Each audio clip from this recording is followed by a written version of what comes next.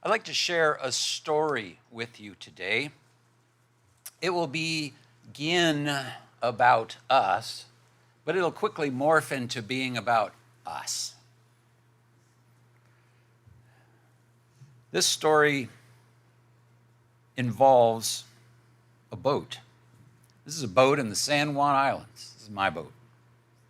The story will actually end here in the San Juans, which are just nearby.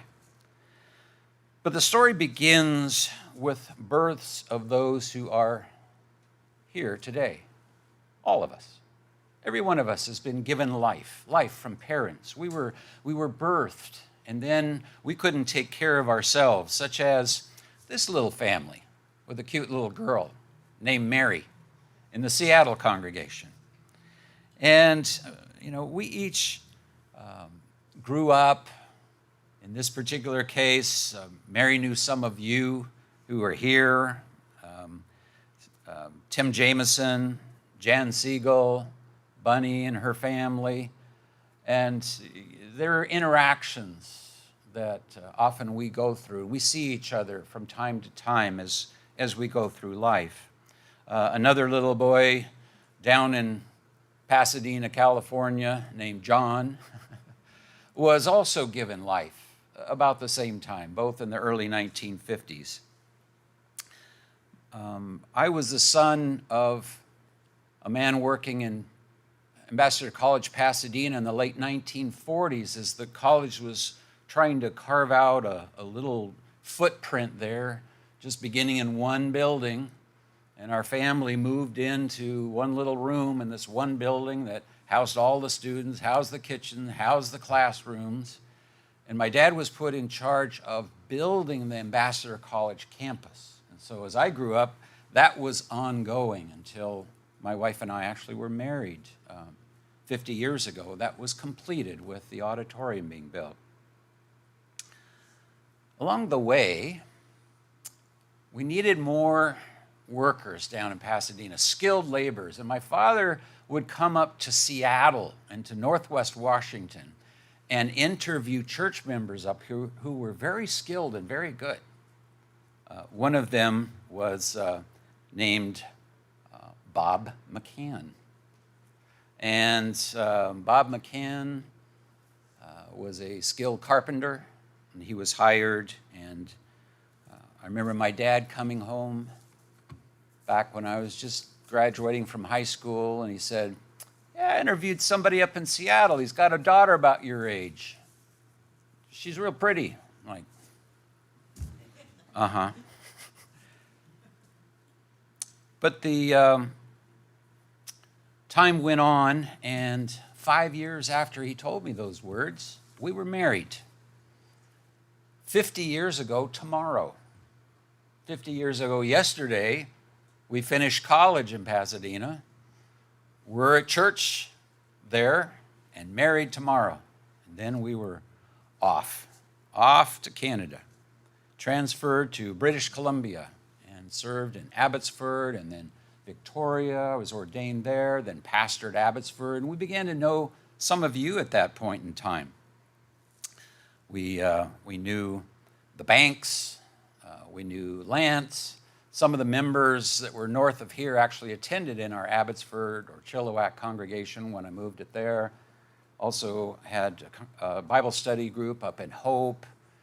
And at that point in time, we had our first child. Like many of you did or will. You had a baby, and it was so excited to have a baby, give life, have a birth. And Rand came with everything a life needed except an instruction manual for her parents. That was the one thing we didn't have, and nobody had it. We thought somehow it was going to sort of show up, but it didn't. So my wife and I actually drove to Albuquerque, New Mexico, and visited with the pastor there who had had kids turn out, we thought, amazing. We knew their kids. And so the big question to them was, what is your secret to having children turn out like yours have? Let me repeat that. What is your secret for having children turn out like yours have? That was the big question. They gave us an answer. I was very surprised. I thought maybe we'd get a book, maybe a manual. One sentence. Give them as much responsibility as they can handle as early as they can handle it. Really? I wasn't sure what that even meant. I had to think about that. And we left and we're on our way. In other words, obviously you think about providing for a child, just as our parents did for us. You grow up. You also give them godly direction, but then you give them responsibilities. And that becomes your recipe for their success. Godly direction, along with responsibility to live it, and you gradually transfer that responsibility as they go through their little childhood, into their early teens, through their adolescence, so that when they hit age 18 and can go off somewhere to university, they actually live responsibly. They are making those decisions, have been making those decisions at all levels, and can live responsibly. Now, that's what God gives to humans. He gives to all humans. We all have this life. We all get to breathe. We might not have parents who know how to do it right. They might not even have a very good recipe. They might not even be around, honestly. You get what you get, but then God gives all of us at all ages direction from His Word, and then the responsibility of living by the recipe that He has laid out in His Bible. Now it's up to us if we want to follow that recipe.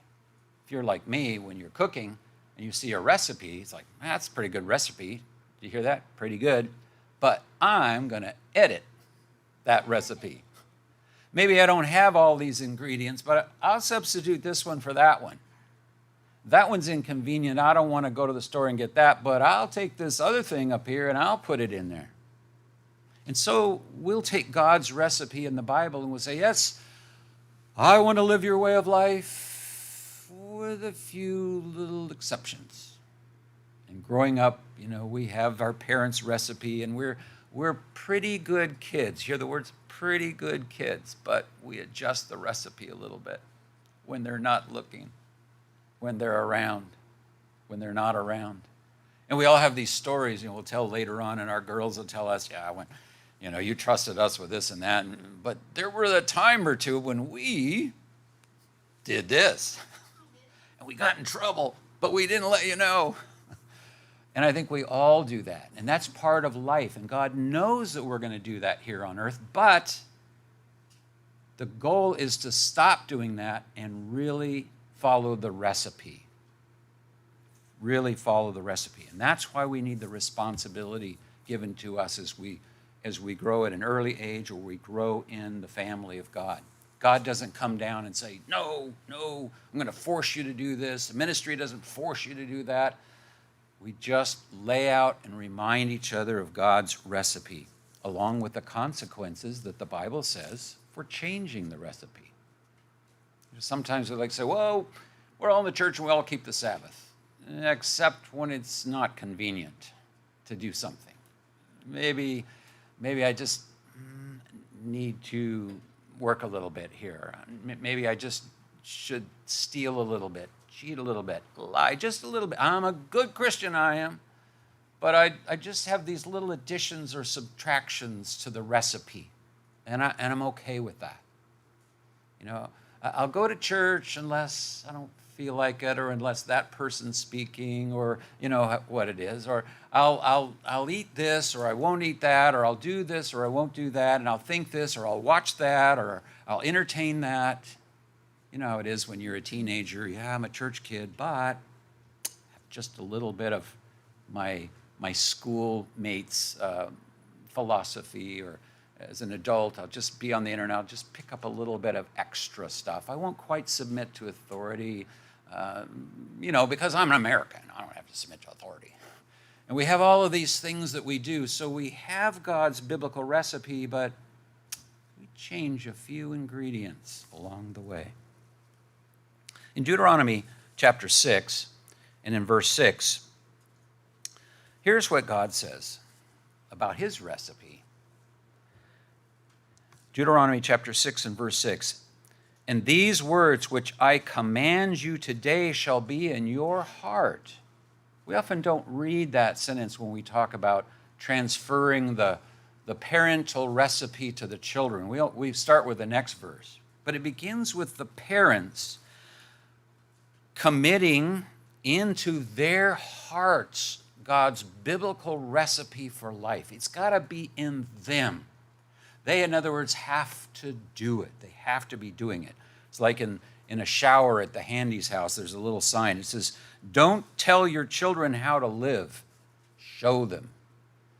It's not about just talking about the recipe. It's about living it, doing it. So God says, these things shall be in your heart. Then verse 7, "You shall teach them diligently to your children, and shall talk of them when you sit in your house, and when you walk by the way, and when you lie down, and when you rise up." And it's not just for parents and children. This also goes for a congregation.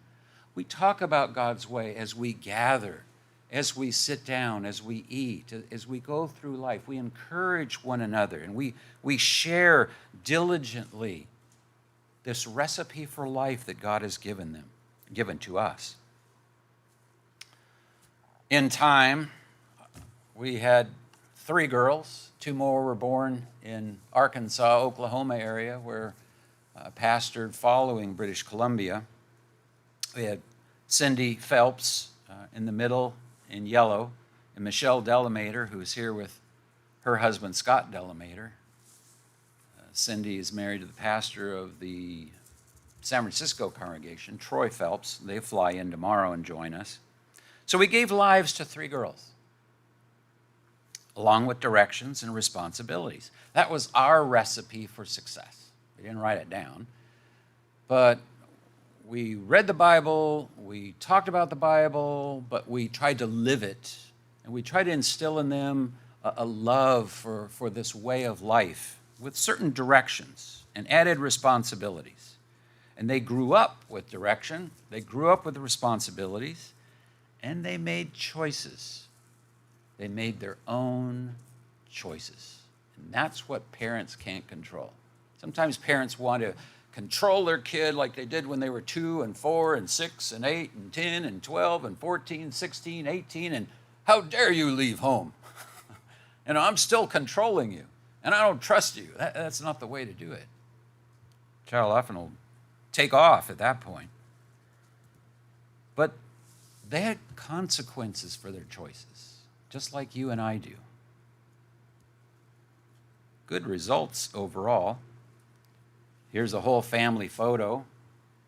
You can see that our kids have had kids, and the legend goes on with individuals like in your own family, like in your own life, these choices. And as we follow the recipe to the degree that we do, there's positives coupled with God's miraculous blessings.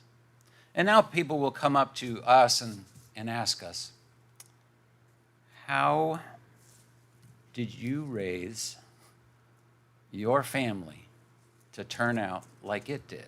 It's interesting. We've gotten that same question over and over, and now our kids get that same question over and over. And their kids are scratching their heads, wondering, when they have kids, how are they going to do it? Well, it all comes back to God's recipe and the responsibility for choices. None of it, I can't take credit for anybody in that photo except for choices I've made. Everyone else is a free moral agent, and we're so thankful when people make good choices. But we don't always. I haven't always. But we can learn from choice and consequence, and that's the great opportunity God gives us as human beings, to practice it here, try it out here, find out what works and what doesn't work, Get rid of that which doesn't work so that God can make us eternal beings in his family. So consider your family experiences, our family experiences, everyone's family experiences. And we see families around us as we go through life. We see successes, we see setbacks, potential, things that need repair. Kind of like this. Remember that boat? That beautiful boat? Well, had fabulous potential, that boat. Looking good on the outside. But that Yamaha XR 1800 is irreparable as a model. It's undesirable. Everybody who bought it paid $20,000 for it, and shortly thereafter it was a work of yard art. You know, our lives can be like that when we have this great potential as a human being, created in the image of God, in his likeness, with the potential of being on the throne with Jesus Christ forever as his bride. That's the great potential. But we often don't achieve that potential in life. So today I'd like to examine God's recipe for life from a sort of a perspective. And then we can look at now, we can look at forever, and ask ourselves a question. Do I trust God's recipe? Do I trust God's recipe? I'll have you wondering about that. At times we don't trust God's recipe because if it's time to get a career and it involves you can't have that career that you've worked for if you obey God. There are challenges there. Am I going to follow the recipe or not? If I want to marry that individual, and the Bible says not to, what decision am I going to make? Am I going to try to follow the recipe but change some ingredients in it and sort of have this sort of similar looking life? Do I trust God's recipe? Do I even like God's recipe? You know, growing up in the church, I looked at the recipe through different lenses at different times and studied it and thought, do I like it? Do I want it? And there's a process there of experimenting, as it were, and watching others who are close to you, who you know, making that choice that you would like to make, and then seeing where their life went. You didn't have to experience it yourself, but you could watch them change the recipe and see what the results were. The title of this message is God's Recipe for Life. Some things are created with amazing potential. We used to have a booklet called The Incredible Human Potential. I think it was a book even, Mr. Armstrong wrote. Incredible human potential. And the potential is incredible. How many humans do you see in the world that have reached their incredible human potential in the human phase? It's there for every human, but who reaches it? Let's go to Genesis chapter 1 and verse 26. In Genesis 1 and verse 26, God said, and here comes the basis for the incredible human potential. God said, let us make man in our image, according to our likeness. And then let them have dominion over the fish of the sea, the birds of the air, over the cattle, over the earth, over every creeping thing that creeps on the earth. And so God created mankind in his own image. In the image of God, he created him. Male and female, he created them. And then God blessed them. I mean, this is good stuff. And then God on top blesses us. Puts us in an environment like this with so many natural blessings and then spiritual and miraculous blessings. And he says, be fruitful and multiply. Go have some kids and give them opportunities for life. Humans never have reached their intended potential. We go to chapter 6 and verse 5, we see where this went. And Lord God saw that the wickedness of man threw away the recipe or altered it significantly. The wickedness of man was great in the earth, and that every intent of the thoughts of his heart was only evil continually. Evil means opposite to God's recipe for this amazing life with wonderful potential. And the Lord was sorry that he had made man on the earth, and he was grieved in his heart. Kind of reminds me of a boat, Amazing potential. A boat unlike any other, created by a big manufacturer and rolled out with traits like no other boat. Incredible, really incredible. But it grieved the owners in their heart who bought that boat. Every quality product is designed, it's engineered, it's worked out, given a successful formula. And when the formula is applied, it comes out well. It comes out very, very well. It maximizes the potential of that product and whatever it might be. And it's quite good quality. In Deuteronomy chapter 28 and verse 6, God says, "Blessed shall you be when you come in. Blessed shall you be when you go out." Follow the recipe, and you're going to be blessed all the time and everything. The recipe works, God says. It just works. But then he says in verse 19, if you deviate from just one item, one element in the recipe, just one, you add a defect, and the result is a different product. Verse 18, "Cursed shall you be when you come in, and cursed shall you be when you go out." That's what it's like for changing a recipe. I've made a few changes in food recipes at times, basically inedible. I mean, it's just horrible how that other thing or two I added, which I didn't have the right things added, is like, ugh. That doesn't work. That counteracts against that, and the whole thing may as well go in the trash.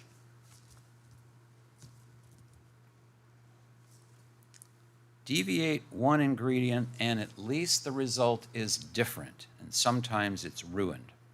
Like Adam and Eve, there they are with God. They're doing everything they should.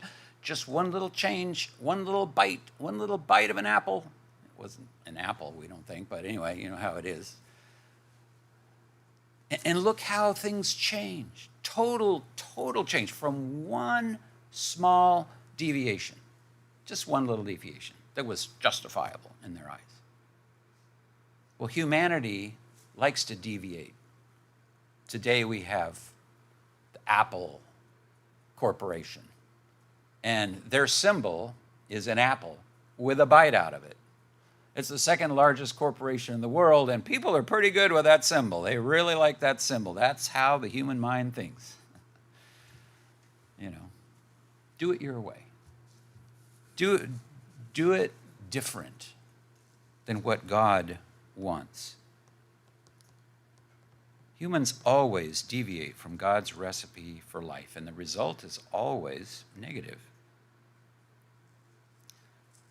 Remember, Abraham was faithful. Then you had Isaac.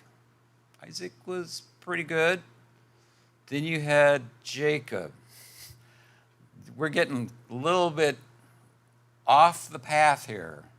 Little gods and people who don't know the true God. And now you have Joseph, and the boys are killing off one of the brothers and selling him off to Egypt. And things are going south. We pick up the story in Exodus chapter 1 and verse 13. They have slumped all the way into Egyptian culture, don't even know who God is anymore. And it says in Exodus 1:13, "So the Egyptians made the children of Israel serve with rigor." This is broken. This blessed life that God intended is into slavery. In verse 14, they made their lives bitter with hard bondage, in mortar and brick, and in all manner of service in the field. And the service in which they made them serve was with rigor. Now let's enter that boat. That is the picture from the sales brochure from Yamaha. Lovely time. Everybody's having a good time.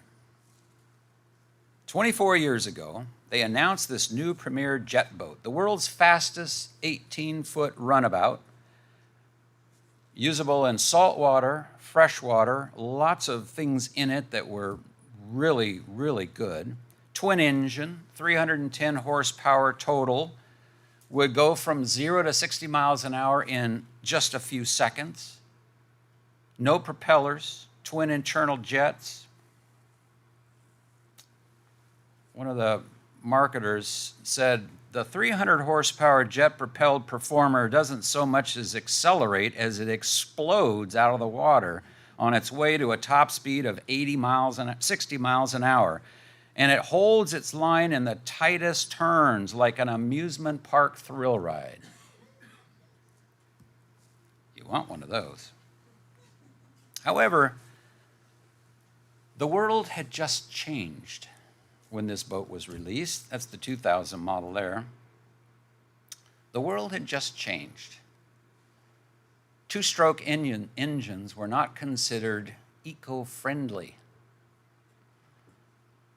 And two-strokes, state of California had outlawed unless they could pass a real high standard of EPA testing. Yamaha wasn't ready to roll out its four-stroke engines, which had everything sealed and no pollution.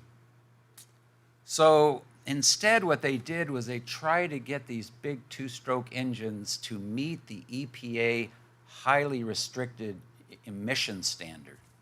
And they did it by going in and fiddling and doing things with carburation and exhaust that worked for a few hours until they collapsed.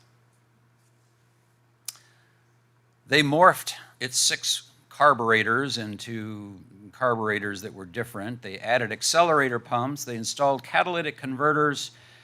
And consequently, this premier XR 1800 boat became an unfixable dud. And they have sat abandoned in yards. They have filled repair shops that take them back to the company's original specifications over and over and over, and we rebuild the carbs, and we all ask what can be done better. There have been specialty high-performance shops that have created expensive workarounds that didn't work. This boat had all the stuff of the previous generation, except they changed the recipe, as it were, of the fuel and air and oil mixtures and exhaust. Kind of like the Israelites back in Egypt. Verse 23 of chapter 2. Exodus chapter 2, verse 23. Then the children of Israel groaned because of the bondage, and they cried out, and the cry came up to God because of the bondage. You know, enamored by looks with incredible potential, I bought one. And I knew it was a dud. It was a piece of yard art when I got it. I paid $4,000 for it. 9 years after they paid $20,000 for it, and it had sat for years unused, partially disassembled, with repair slips from shops that couldn't fix it. I saw the incredible human potential of a boat, and it wasn't exactly human potential, let's say a marine potential, and thought, got to be able to get this thing working. Just got to be able to do it. I hope to fulfill its amazing potential, and I've tried for 14 years. And yes, I own the boat. Kind of reminds me of the discarded Israelites. God saw incredible potential in them. And so in Exodus chapter 3 and verse 16, he told Moses, "Go and gather the elders of Israel together and say to them, 'The Lord God of your fathers, the God of Abraham, Isaac, and Jacob, appeared to me, saying, I have surely visited you and seen what is done to you in Egypt.'" Exodus 3:17. "And I have said, I will bring you out of the affliction of Egypt into the land of the Canaanites and the Hittites and the Amorites and the Perizzites and the Hivites and the Jebusites, to a land flowing with milk. I'm going to take you from being cast away nothing and make you into a people, maximize your potential, make you into a nation and bring you into a land, and let your human lives maximize the human potential that I created you for." That's what God wants from you and me. And I know I'm making a silly analogy about this boat, but I've lived this for years. And I honestly feel there's something here to learn from it. Because XR 1800 owners we have these threads on web pages where you can go and you can join forums, and there are specific threads about various boats and various engines and various issues. And the threads are long and the people's attempts are long, and I've been reading these things for many years. Doesn't matter what you do. All comes back to the same thing. Get it all back to factory specs with new parts, and it'll run for about an hour or 2 hours before it starts gradually going back to where it did. Even replaced an engine, rebuilt one engine one time with Bob Carlo's help, another time with his help, bought a different new rebuilt engine and put it in. And when he got all that in, and I put that engine in myself and put all the carburetors rebuilt in there, it ran exactly the same as it always had. A few hours later, very frustrating. That was when we lived up here in Birch Bay. I call mine the boat that won't bring you home. Because it didn't. It was a funny thing. I've been stranded 7 miles up Canyon Lake in Arizona and had to work my way down gradually flowing in water in that lake with people on board. How embarrassing is that? They went it for a good time. Got it 3 miles across Sahoro Lake, 5 miles down the Colorado River with my wife. She kept complaining because we were on this romantic boat thing, and mostly I was upside down in the back in the engine compartment with my legs hanging out trying to make the thing run. I was hailing Mayday out here in the San Juan Islands on the radio with the Mayday flag, trying to get rescued as the thing got swept into a whirlpool. But the islands blocked the radio transmission and no one was around to see the flag. I had to figure that one out. 5 miles of dying engines across Baker Lake, trying to get back to the dock, paddling it to shore at Fort Gibson Lake. My friends have advised me many times in 14 years, sell that boat. I'm like, to who? I mean, I could get it running and sell it off to somebody, but I don't think that's Christian. They wouldn't know what they got. What would they do with it? I know every inch of this thing, and it's, well, to me, the potential of the boat is unlike any other. Plus, it fits in our garage. That's a big thing. You can work on it inside. Kept trying to fix those powerful engines, trial and error, mostly error. Then one day, I would not give up on this boat. And my wife was always very supportive. She says, you know, the one thing about it, when you get out, you always have a smile when you're on the water in that boat. But she says, I never see you, except the backside of you, upside down in the engine compartment. I was at my desk one day, and I went back through a forum it was called the Green Hulk Forum, and I wasn't normally on the Green Hulk Forum. But I followed a thread about this boat and this engine. I was going through page after page and same old stuff, everybody's problem, nobody can. I'm going to say page 45. I stuck with this, page 45. There was a post by a guy with the handle Osade Bill. One word, Osade Bill. It was an old thread years before that I stumbled across. He said he developed a fix for the XR 1800 engines. It was the carburetors. People on the forum gave their opinions about his fix. Well, I don't think that's going to work. Well, I tried something like that, but I did this over here and I did that over there. He called his a recipe.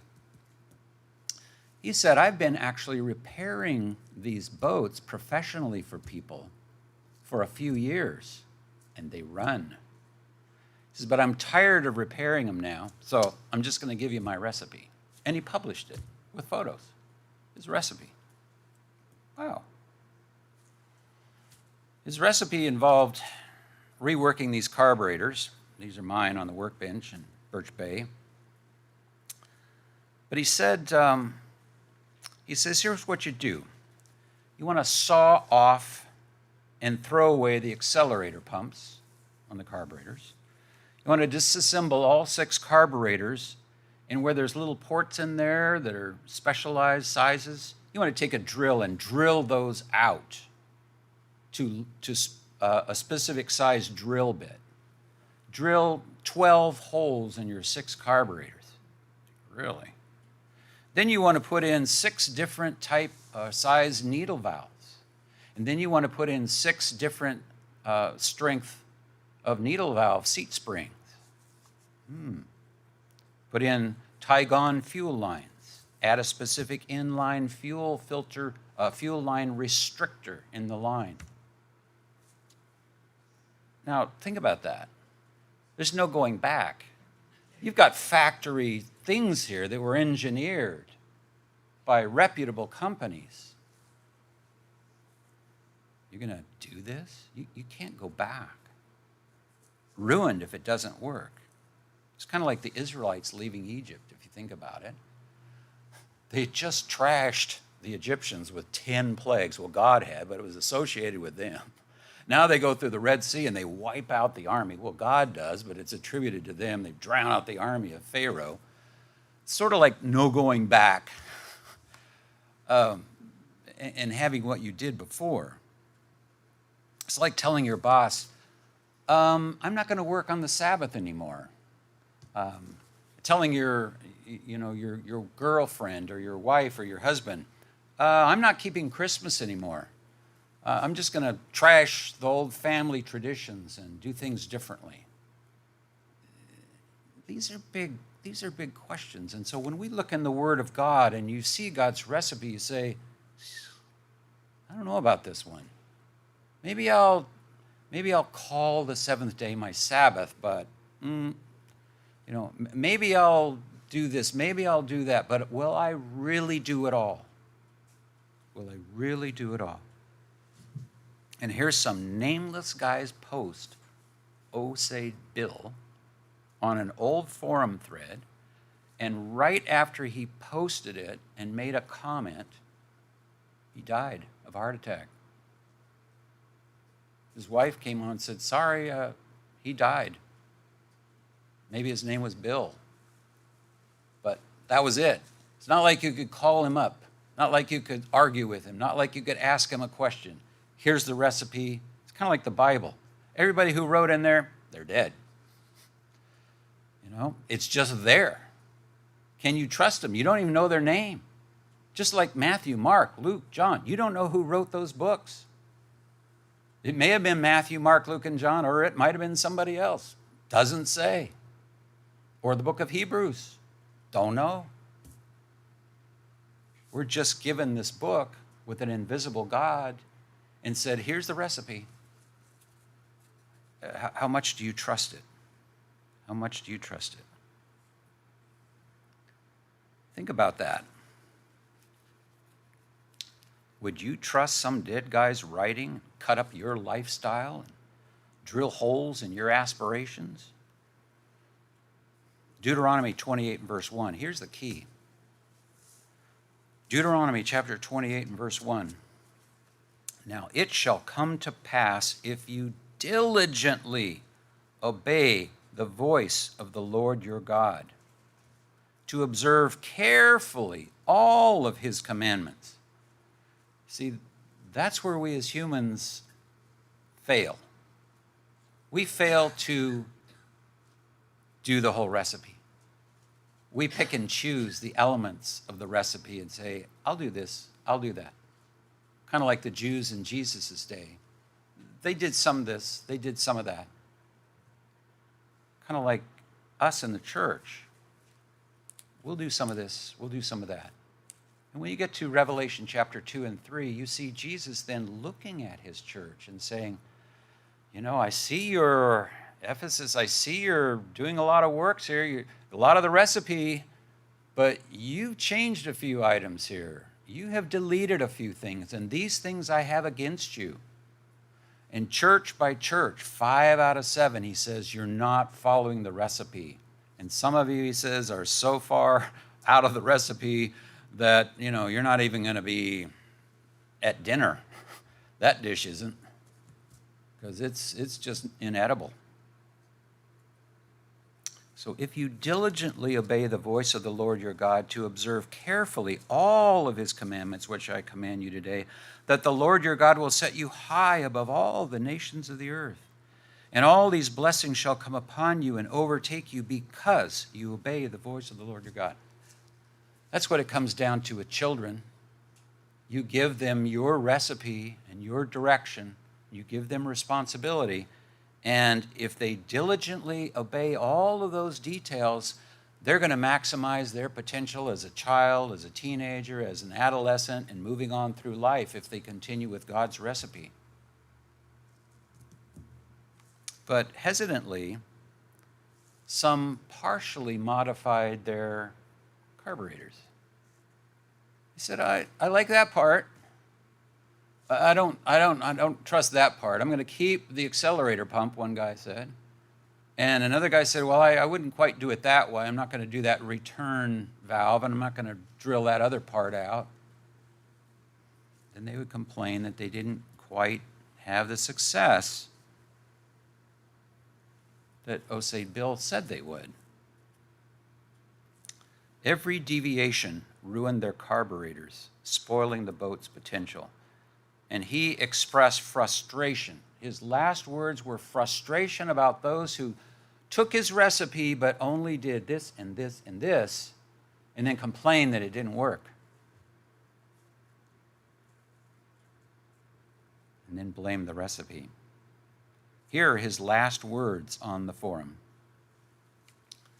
If you follow the recipe, the cookies come out the same every time.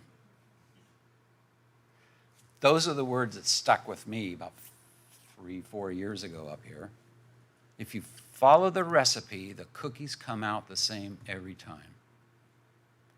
So I looked at what he said and decided, I'm all in. I'm going to do this exactly the way the recipe works. Few people today own a working 2000 or 2001 Yamaha XR 1800. You can find some for sale, maybe. They pretty much disappeared. You used to see them on YouTube, but those YouTube videos sort of died off. And you don't see anybody saying, oh, look at my boat. Watch how fast it goes. But one engineer, OSB Engineering, named Bill, I assume, he offered a recipe that would fulfill the potential of those boats if followed exactly. Let's go to verse 9. Here's a lesson to me. The Lord will establish you as a holy people to himself, just as he has sworn to you, if you keep the commandments of the Lord your God and walk in his ways.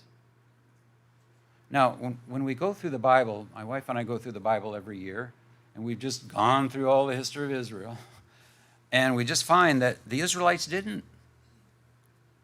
And they're not the holy people of God today. They haven't been, because they didn't follow the recipe, though they have elements of it, and they like to brag that they're the people of God, but they don't follow the recipe, not all of it. God gave them a recipe for life. Exodus chapter 19 and verse 4. Exodus 19 and verse 4.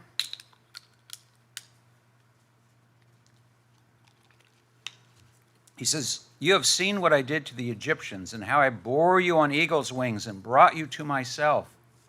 Now, therefore, if you will indeed obey my voice and keep my covenant," a great recipe, "then you shall be a special treasure to me above all people, for all the earth is mine." Verse 8, "Then all the people answered together and said, all the Lord has spoken, we will do." All that God has said, we will do. You and I, when we were baptized, said those very words in a different set of words.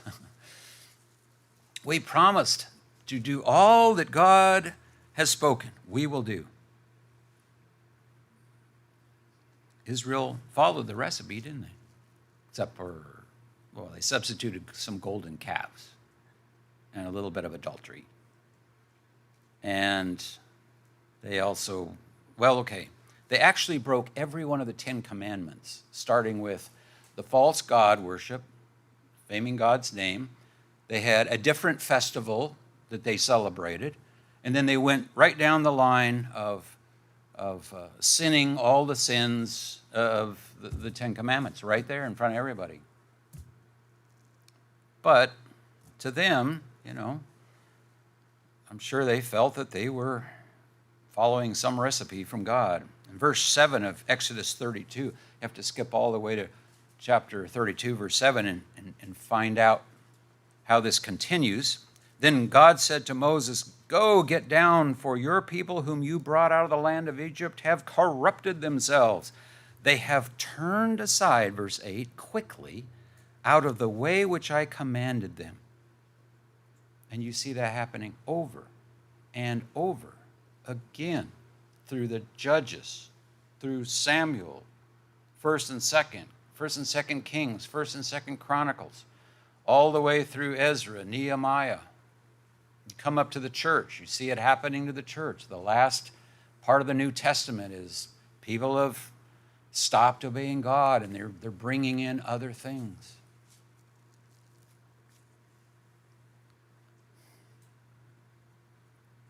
Who will follow God's recipe for life?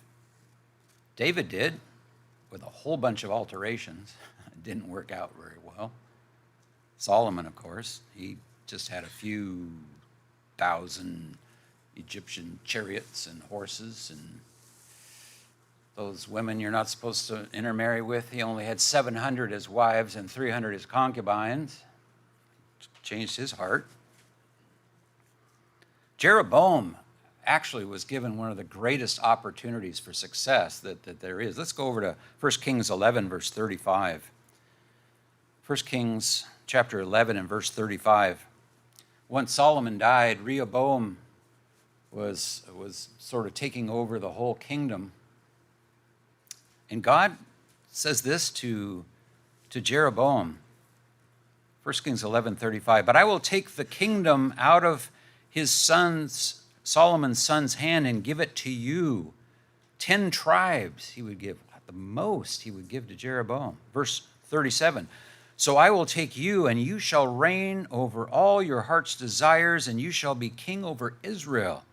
Then it shall be, if you heed all that I command you, walk in my ways, do what is right in my sights, to keep my statutes and my commandments, as my servant David did, then I will be with you and build for you an enduring house, as I built for David, and I will give Israel to you." Wow.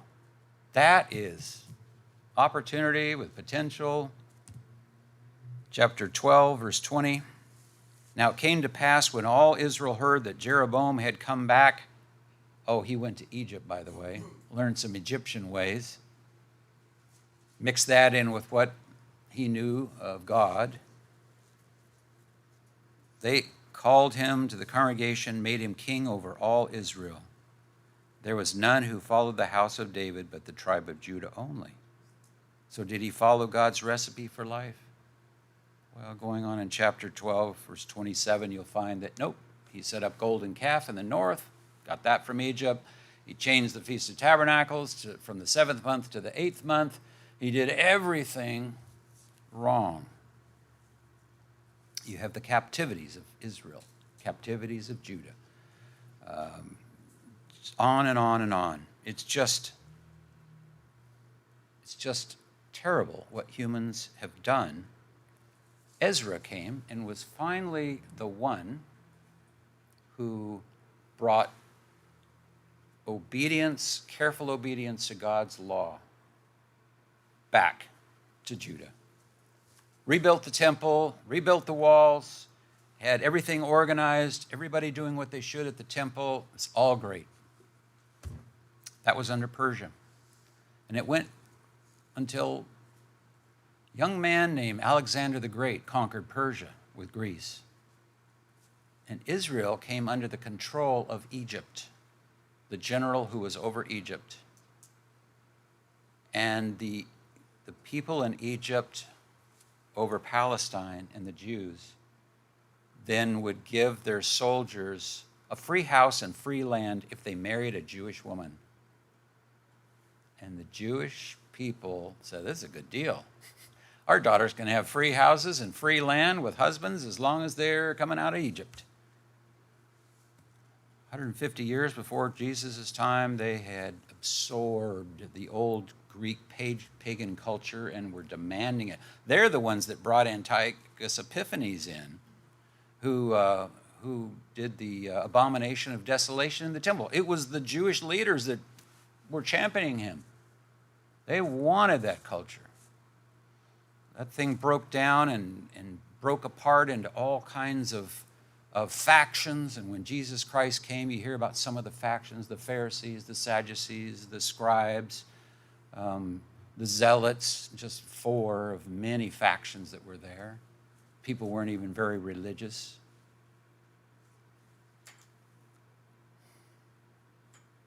You can read about that in various publications. But the Israelites that God brought out of Egypt had deviated so far from the recipe that they were back in Egypt.